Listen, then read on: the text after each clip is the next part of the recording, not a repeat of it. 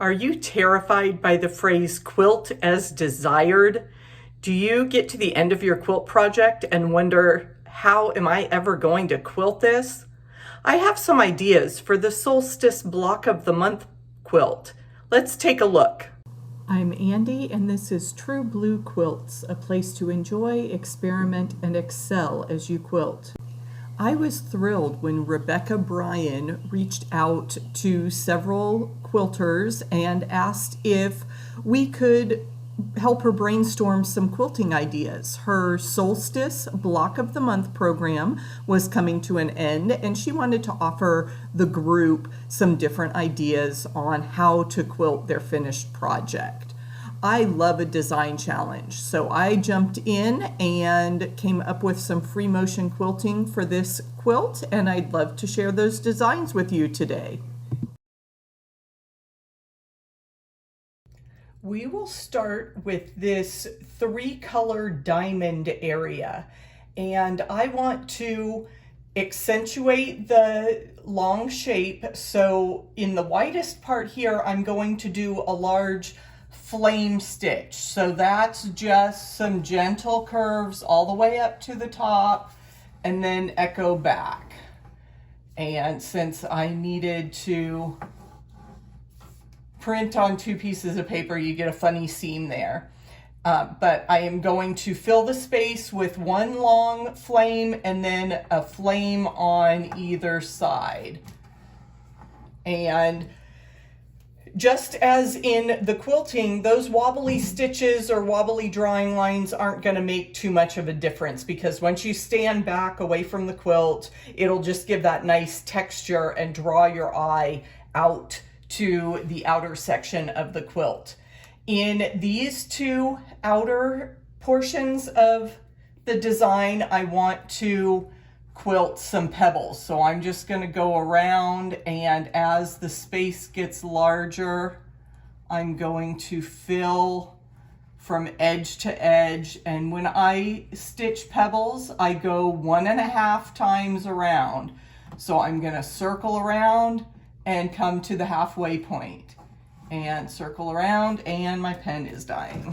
Circle around and to the halfway point, circle around halfway, and now we are on the decreasing end, so we will make our shapes a little smaller and get to the point, and then repeat coming down the other side around 1.5 times. Practice traveling right on the line there. If your pebbles are not perfectly consistent, that's okay. When you look out in nature, there is a great variety of shapes and textures. So free yourself from that perfection attitude and just get a steady flow there. And we can end and go on to the next shape. The other diamond shape in the Solstice quilt has these chevrons, and I love the color play that Rebecca used in her version, and I don't want to overpower that with stitching. So I am going to do some simple V shapes in that chevron, and I can stitch in the ditch in the edges to keep that chevron going. In this larger portion in the center, I am going to do some switchbacks, and so I'm just going to gently turn the corner, and again I had to tape 2 block diagrams together, and so I have a funky fold line there that is impacting my drawing ability, but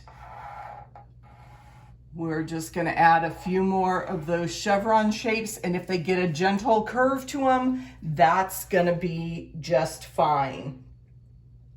For the sides of this, there is a triangle there, and I ended down here, so I will continue stitching. I am going to do some loops because I love the contrast of curves and straight line designs. So I'm just making a gentle L. You could continue pebbles that we used in the previous design. And then in the center here, I am going to do some echoed loops. So I can fill that space and then travel around and continue my L's in the other direction. So depending on if you like this L shape or the pebbles better, you can use that motif either place. And then here I want to repeat my echoed loops so that I get the same design top and bottom. And finish out there in the seam line so you can travel to the next design area or hide your thread there in the seam line. One of the center triangles in the Solstice quilt also has the chevron shapes that you see in the outer ring of triangles where it formed a diamond shape. Since this triangle does touch that other design, I am going to continue the echoed loops there, and I'm going to make them a really big teardrop shape to come down and fill that space. And then travel in the seam line and continuing that chevron look. And if you are stitching this on your quilt, you may want to use a ruler to make sure you hit that point exactly. And then down the side of this, I can stitch in the ditch, travel along to define that space.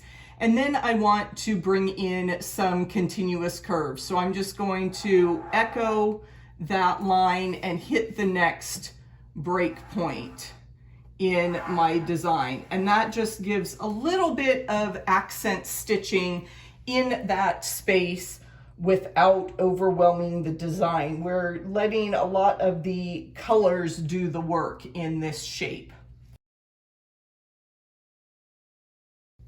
One of the multicolor stripe triangles was kind of set on its side, and I'm going to quilt a different design in each of the colored spaces. So I have 3 different designs for this that tie in with those motifs that I used in the diamond shapes. So I can start with my flame stitch and fill in that space, then do some switchbacks in this center area, and finally some more loops to draw your attention across that space, and then stitch in the ditch, and we can continue our switchbacks,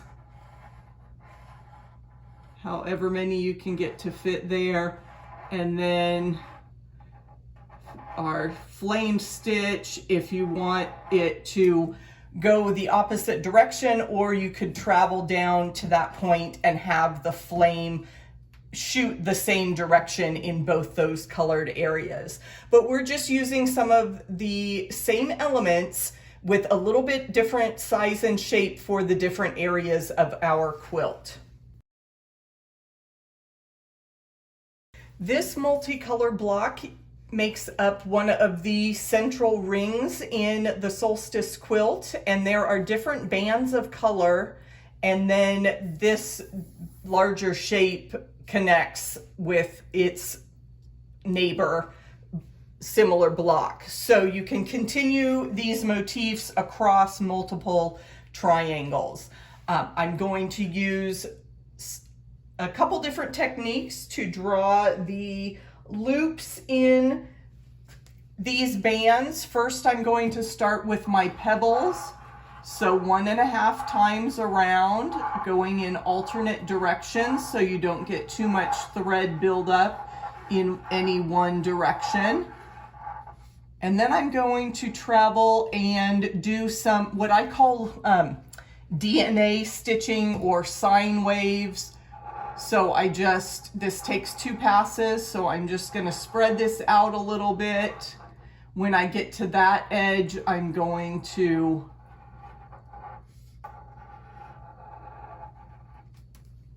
connect those. So again, another method for making circular shapes. If you wanted to stretch that out a little bit, you could get more oval shapes on that design. And I ended on the same side, so I will come down here, and then I just want to do some echoed wavy lines here. So I need to make sure I leave some space in that row so that I can get multiple lines of stitching. And if 2 lines fills the block well enough for you, you can stop there. You can always add a 3rd echo line there for those wavy hills. And then I'm going to fill the space with some arcs, but for this I like to start at the center. So whichever side you finished, you'll want to stitch down to the point of your triangle and then do some echoed arcs. And I'm doing 2 that are fairly close together, and then I'm leaving some space just because I want those colors in the Solstice quilt to really show off. And if you run into a seam line, just travel along to where it makes sense to echo. So those are the pebbles, wavy lines, and arcs that you can use to fill one of those multicolored triangles. The very center of the Solstice quilt has these triangles that almost have flying geese shapes in those.